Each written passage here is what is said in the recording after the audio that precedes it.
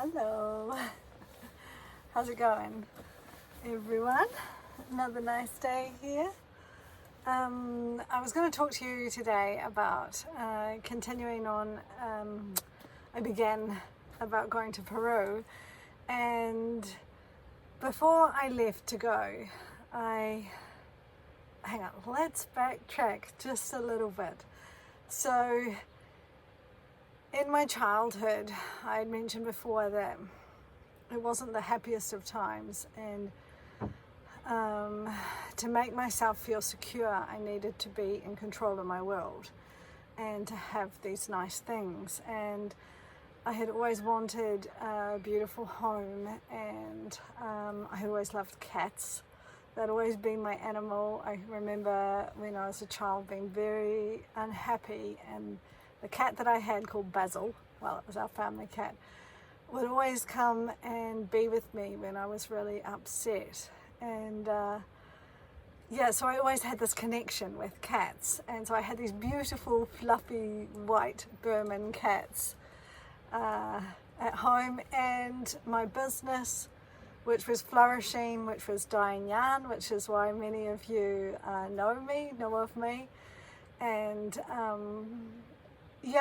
and I had my studio set up in my home, and I had this lovely home and what looked like this perfect world then. It was everything I could have desired when I was younger, to make me feel secure and safe.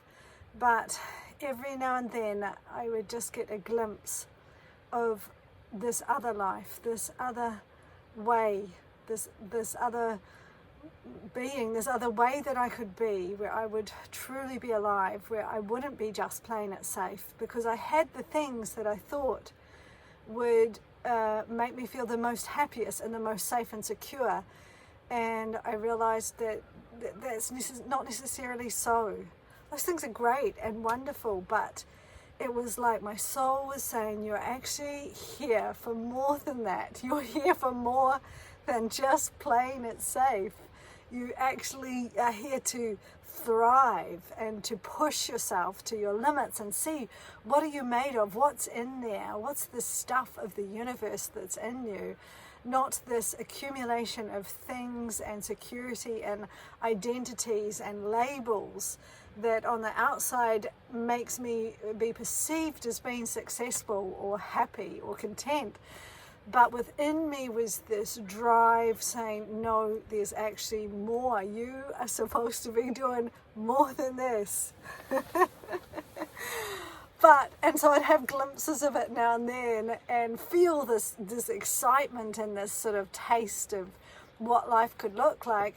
But then the fear would come, and the wanting to be secure, wanting to be safe, and just like the whole fear of letting go. Like, what would it look like if I let go of all these things that made me feel good? And it was crippling in a way. And so I knew I needed to have some courage. I needed to have some signs, some true knowing for changing my world entirely. So part of the whole going to Peru and doing ayahuasca was to sort of ask. At the beginning, they said, before we went, to have a question to ask the grandmother Ayahuasca. That's what she's called, the plants, the two plants that make up the ayahuasca brew, the grandmother. And you come out, just people are just coming past. I always pick places where people are wandering past. And my question was, could I do this? Is there a life? Is there a different life out there for me? Like, what is there for me? And yet deep down I actually knew what there was for me, but part of me was even too afraid to ask the question. And so this was the beginning of my journey to go to Peru with Daniel. And so we set off naively.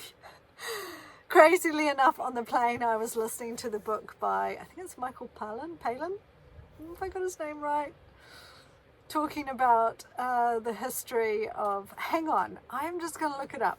I'm going to put you on hold. Look it up.